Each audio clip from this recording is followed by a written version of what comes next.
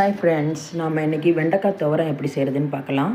அதுக்கு வெண்டைக்காவை நல்லா க்ளீன் பண்ணிவிட்டு நீட்டை வாக்கில் கட் பண்ணி சின்ன சின்ன பீஸாக கட் பண்ணி எடுத்துக்கோங்க.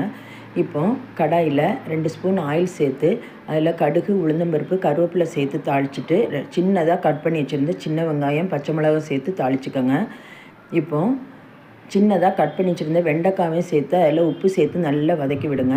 அதில் ஒரு 2 ஸ்பூன் லெமன் சேர்த்து நல்லா வதக்கி விட்டிங்கன்னா வளவளப்பு தன்மையும் போயிடும், ஒன்றோட ஒன்று ஒட்டாமலும் இருக்கும். இப்போது ஒரு 1/4 டம்ளர் போல் தண்ணி சேர்த்து நல்லா மூடி வச்சு வேக விட்டுருங்க.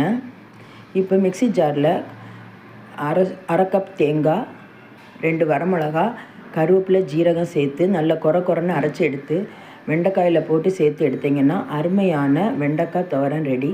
இதை நீங்கள் வீட்டில் ட்ரை பண்ணி பார்த்துட்டு கமெண்ட் பண்ணுங்கள், லைக் பண்ணுங்கள், ஷேர் பண்ணுங்கள், கண்டிப்பாக சப்ஸ்கிரைப் பண்ணுங்கள்.